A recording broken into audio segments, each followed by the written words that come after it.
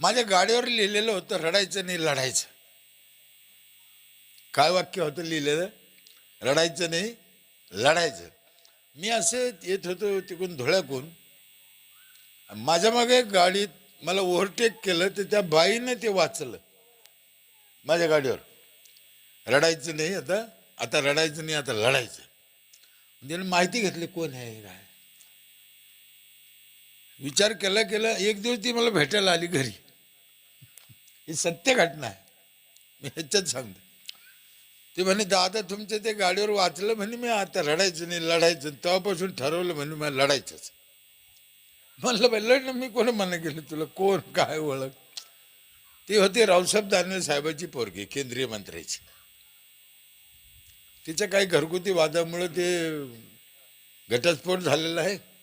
पण ती म्हणे लढायचं मला, पण तुम्ही एक दिवस या म्हणे, पहिल्या दिवशी फक्त. म्हणलं येईन काय त्याला, आम्ही कुठे जातो तिकडे येऊ. गेलो, तिने सगळे सरपंच गोळा केले, जेवण बिवण चांगला कार्यक्रम केला.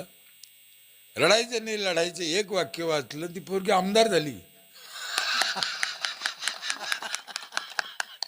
काही होऊ शकतं, काही होऊ शकतं. माणसाने ठरवलं ना, इच्छा पाहिजे. परमेश्वराने ह्या शरीरात एक अशी शक्ती दिलेली, ताकद, तुम्ही फक्त ठरवा. पण आम्ही ठरवतच नाही. ते काय खरं आहे, इथून तर आमची सुरुवात आहे. आम्हाला काही माहीत नाही, आम्हाला काही कळत नाही, आम्हाला काही समजत नाही, आम्ही काही करीत नाही.